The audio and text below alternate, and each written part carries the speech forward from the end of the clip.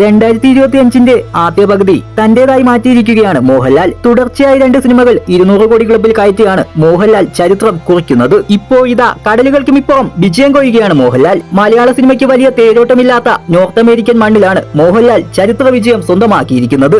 എമ്പുരാൻ തുടരും എന്നീ സിനിമകളിലൂടെ നോർത്ത് അമേരിക്കയിൽ നിന്ന് 30 കോടിയാണ് മോഹൻലാൽ നേടിയിരിക്കുന്നത്. മലയാള സിനിമയിൽ നിന്ന് ഈ നേട്ടം സ്വന്തമാക്കുന്ന ആദ്യ താരമാണ് മോഹൻലാൽ. പാൻ ഇന്ത്യൻ വിജയം നേടിയ സിനിമകളാണ് എമ്പുരാനും തുടരും. വിവാദങ്ങൾക്കിടയിലും വലിയ ബോക്സ് ഓഫീസ് വിജയമാണ് എമ്പുരാൻ നേടിയത്.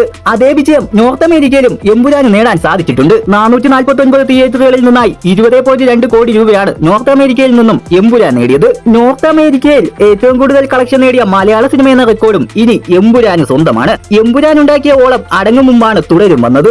എമ്പുരാൻ ഒരു കൊടുങ്കാറ്റായിട്ടാണ് വന്നതെങ്കിൽ ഇളങ്കാറ്റിൽ നിന്നും കൊടുങ്കാറ്റിലേക്ക് പോകുന്നത് പോലെ ആയിരുന്നു തുടരും നേടിയ വിജയം. കേരളത്തിൽ ലഭിച്ച സ്വീകാര്യത ചിത്രത്തിന് നോർത്ത് അമേരിക്കൻ മാർക്കറ്റിലും ശ്രദ്ധ നേടാൻ ഇടയാക്കി. ഹിന്ദിയിൽ നിന്നടക്കമുള്ള ബിഗ് ബജറ്റ് ചിത്രങ്ങളുടെ കൂടെ റിലീസ് ചെയ്തിട്ടും തുടരും നോർത്ത് അമേരിക്കയിൽ മിന്നും പ്രകടനമാണ് കാഴ്ചവെച്ചത്. 11.94 കോടിയാണ് ചിത്രം നേടിയതെന്നാണ് റിപ്പോർട്ടുകൾ പറയുന്നത്. ഇരു ചിത്രങ്ങളും ചേർന്ന് നോർത്ത് അമേരിക്കയിൽ നിന്നും നേടിയിരിക്കുന്നത് 33.96 കോടിയാണ്. മലയാളത്തിലെ മറ്റൊരു നടനും അവകാശപ്പെടാനില്ലാത്തതാണ് മോഹൻലാലിന്റെ ഈ നേട്ടം. മോഹൻലാൽ സിനിമകളുടെ ഈ വിജയം വരാനിരിക്കുന്ന മലയാള സിനിമകൾക്കും നോർത്ത് അമേരിക്കയിൽ മാർക്കറ്റ് നേടിക്കൊടുക്കുമെന്ന പ്രതീക്ഷയിലാണ് സിനിമാ ലോകം.